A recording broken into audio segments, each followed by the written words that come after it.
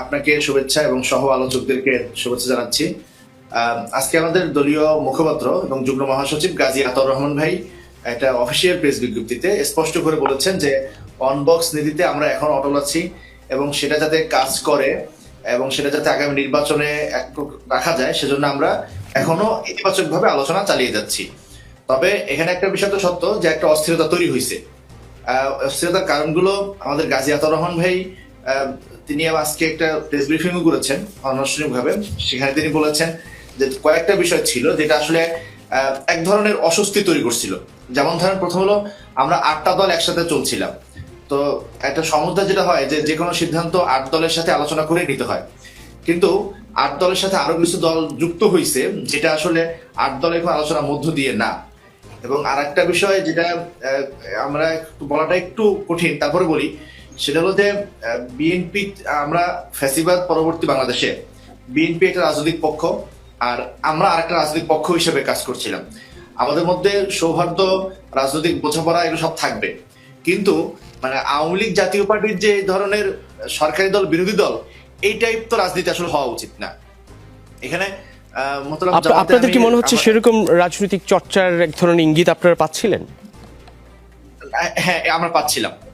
বিশেষ করে আমিরে জামাত যখন তারেক রহমান সাহেবের সাথে দেখা করলেন, তারপরে তার বক্তব্যটা এটা এক ধরনের অস্বস্তি তৈরি করছে যে আসলে তাই যদি হয় যে তাহলে আমরা সবাই মিলে এই বিএনপির সাথে সমঝোতা করে একটা আসন ভাগাভাগি করে একটা জাতীয় সরকার নির্বাচন করি।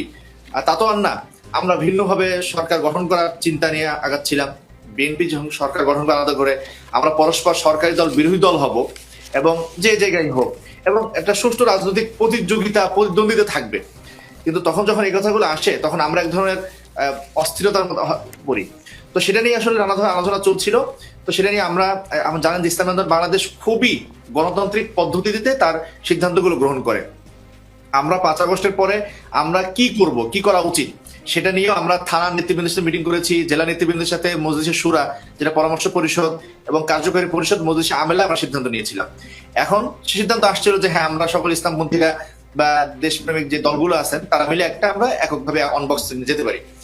এখন যখন আরেকটা পরিস্থিতি তৈরি হইলো, এই বাস্তবতাগুলো সামনে আসলো, তখনও আমরা চেষ্টা করছি যে আমাদের মজলিসে শুরা, জেলা নেতৃবৃন্দ এবং যাদেরকে আমরা প্রার্থী ঘোষণা করেছি তাদের সাথে আমরা কথা বলি। গতকাল রাতে আমরা এই কাজটাই করেছি, আমাদের সকল নেতৃবৃন্দের আমরা কথা শুনেছি। আমাদের আমির নায়েব সহ কেন্দ্রীয় নেতৃবৃন্দ ছিলেন। প্রত্যেকটা কাজ আমরা কেন্দ্রীয় কমিটি যা করেছে ব্যাখ্যা করা হয়েছে, জেলা নেতৃবৃন্দের মতামত শোনা হয়েছে, তারপরে সেটাকে আজকে মজলিসে আমেলার মধ্যে সেটা বিশ্লেষণ করা হয়েছে।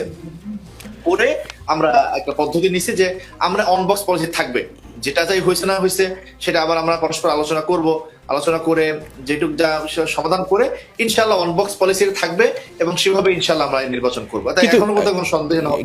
কিন্তু গাজী আতাউর রহমানের যে প্রেস ব্রিফিং এর কথা বললেন, তিনি কিন্তু এক ধরনের পরোক্ষভাবে আসন সমঝোতা সেসব নিয়ে যখন যদি সমাধান না হয় তখন নতুন জোটেরও এক ধরনের ইঙ্গিত দিয়েছেন। সেটা নিয়ে কিছু বলবেন যে আসলে নতুন জোট করার বা নতুনভাবে বিভক্তি সৃষ্টি কোনো ধরনের সুযোগ আছে কিনা আপনাদের তরফ থেকে?